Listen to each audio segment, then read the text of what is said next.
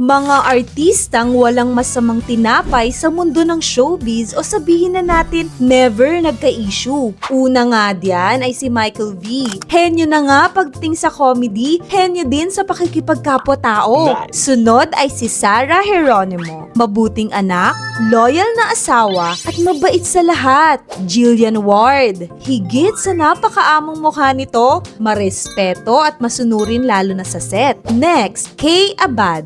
Napaka-loyal nga raw mga ma ni Kay Abad sa mga kaibigan at sa bait niyang ito, halos walang maipunang mga co-actors niya sa kanyang attitude. Andrea Brillantes. Walang issue sa katawan, totoong tao, at sobrang lambing. Nice. Ikaw, maidadagdag ka ba? Sino pa sa mga artista ang hindi nagka-issue sa attitude? Comment mo kung sino at bakit. Diba? Q&A ang peg niyan mga ma. Oops! Click mo follow para close na tayo.